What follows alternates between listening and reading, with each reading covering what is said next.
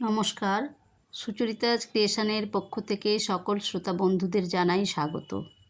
আপনাদের সাথে আমি সুচরিতা দাস মাইতি আজ পরিবেশন করছি দেবাশিস বসু রচিত কবিতা শীতের বাঁশি। শিশির ঝরার টাপুর টুপুর শব্দে ভাঙল ঘুম, ঘুম ভেঙে দেখি ঘাসে ঝিলিমিলি হিরে কুচি কুমকুম। সোনা সোনা রোদ এদিক ওদিক খিলখিল হাসাহাসি, ভালো লাগা আলো ছড়িয়ে আবার বেজেছে শীতের বাঁশি। শাপলা শালুক মুখ টিপে হাসে পাপড়ি ঘোমটা খুলে, গান লিখে যায় ভ্রমরের দল সুরভিত ফুলে ফুলে। শান্ত নদীর কুলুকুল সুর ফুল ফুটে রাশি রাশি, ভালো লাগা আলো ছড়িয়ে আবার বেজেছে শীতের বাঁশি।